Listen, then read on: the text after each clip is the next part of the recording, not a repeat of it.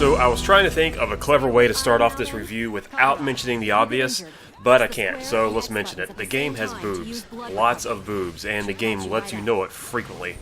It's a bikini-clad Japanese woman fighting zombies.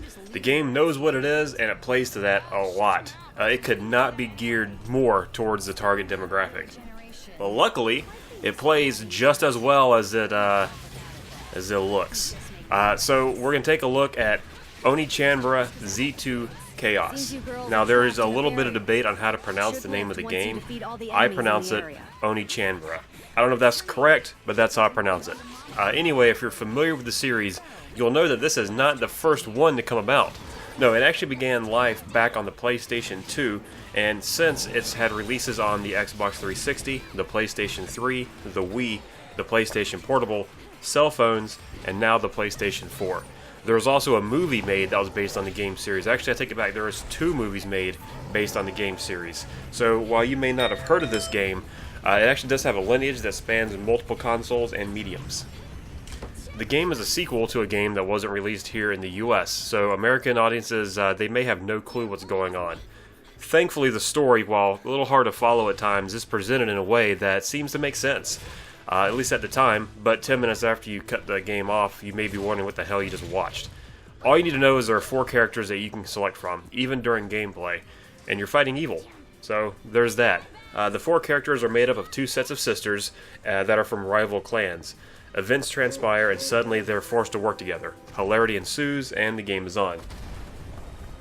If you played the earlier games, then you remember that combat was decent for the time, but very slow and tankish by today's standards. That is no longer the case. The girls control very nicely, and they even have a fairly deep combat system for what looks like just a generic shallow game. Each girl has her own weapons and movesets, as well as special abilities and moves. They also each have a super move that they can pull off after you fill up an ecstasy gauge. Yes, that's what it's called. The game knows what it is. Did I mention that? The combat flows smoothly and feels fairly close to an early Devil May Cry game. So getting past the premises, the girls, and the lack of clothing, this is a very solid hack and slash game. The action is fast paced and nearly limitless. You're always fighting mobs of enemies or a boss, and sometimes both. Switching between the girls on the fly to mix things up is actually pretty fun, and the transition is very smooth. You can also just call them all in as AI partners whenever the going gets tough. I'd say that picking the game up is a no-brainer, as it's a solid budget title, but at only $10 less than a full retail game, some people may not agree with that. The game is not that long, it's a good 5 or so hours, and by the time you get the hang of everything, you're already halfway done with the game, if not more. But the story, the dialogue, the acting, and the gameplay is so ridiculous that you'll most likely find yourself playing through the game a second time, adding a little bit of value to your purchase.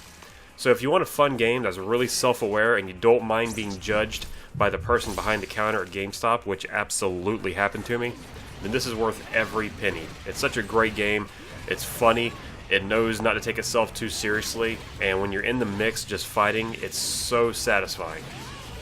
So I hope you enjoyed the review, I hope you pick up this game if you haven't already and have fun with it, and thanks for watching.